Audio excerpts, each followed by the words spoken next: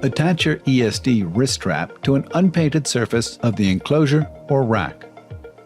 Notice the UID on the controller node which houses the adapter card is flashing blue. This confirms the location of the controller node. Locate the adapter card by identifying it with the slot label that matches the slot of the adapter card with the failed SFP.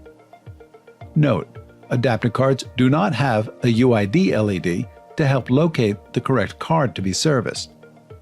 Confirm that the fiber cable attached to the SFP is labeled. For best practices, especially in a complex installation, label with both destinations: enclosure, bay, slot, and port, as well as host or switch and port. Remove the fiber cable by pressing down on the release mechanism and gently pulling the cable out of the SFP.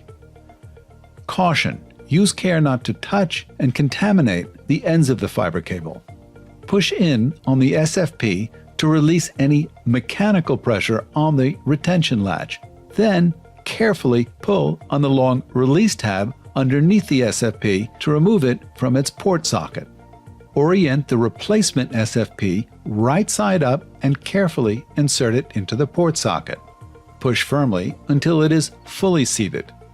Remove the dust cover from the fiber end of the SFP.